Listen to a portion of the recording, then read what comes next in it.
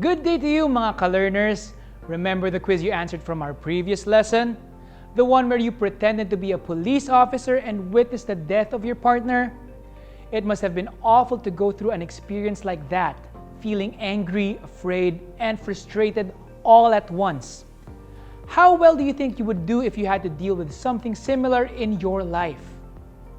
What if you didn't have any idea what you should have done in that moment? What would happen then? This lesson will teach you how to look at your situation in order to overcome your negative feelings.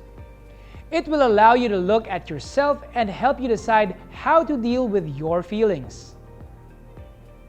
This lesson will teach you two types of coping strategies or ways to deal with your negative feelings: problem-focused coping and emotion-focused coping.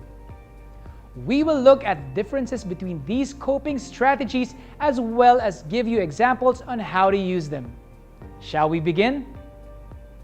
Your personal coping strategy will work if it successfully removes any negative feelings. Coping refers to what you think and do to manage the uncomfortable feelings you experience. These are ways that help you deal with your negative feelings.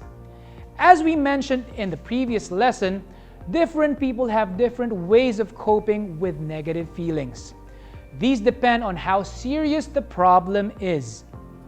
In general, the strategies or ways of coping can be grouped into two major kinds: problem-focused and emotion-focused.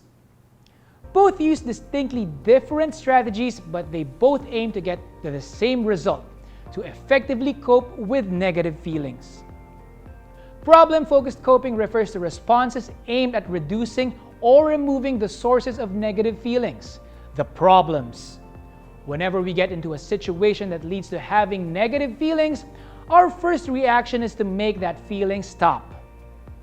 As humans, we react in one of two ways. We either avoid the problem or do everything to address it. Problem-focused coping means fighting the source or cause of what made you feel bad. Here are a few scenarios that show problem-focused coping. 1. Traffic angers you, so you take a different route to avoid it. 2.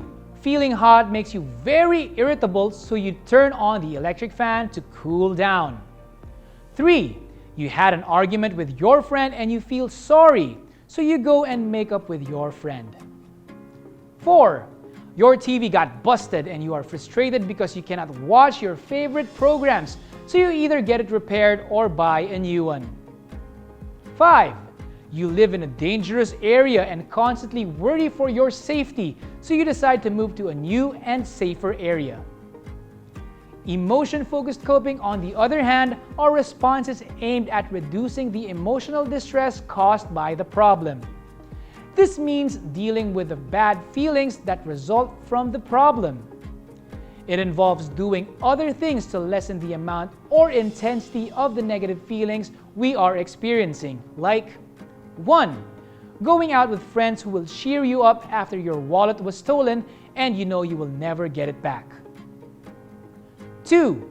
Praying to God to help you cope with your grief after knowing your mother died and you know you cannot bring her back. 3. Exercising to relieve yourself of frustration and other negative feelings because you cannot afford to quit your job even if you hate it. 4. Doing breathing exercises to calm yourself because you were asked to speak in front of a large group of people. 5. Taking medicine from a doctor to help you relax and reduce your feelings of fear after being in a car accident. 6. Eating your favorite food and having a good time because you didn't get the job you applied for. You aren't necessarily running away from the problem. Rather, you are looking for a way to calm yourself down or turn the negative feeling into a positive one. This makes those bad feelings less uncomfortable, making them easier to deal with. You might ask yourself, which one do I use? That will entirely depend on the situation. We'll look at the guidelines in part 2 of this lesson. Before we move to part 2 of this lesson, let's take a quick review of part 1.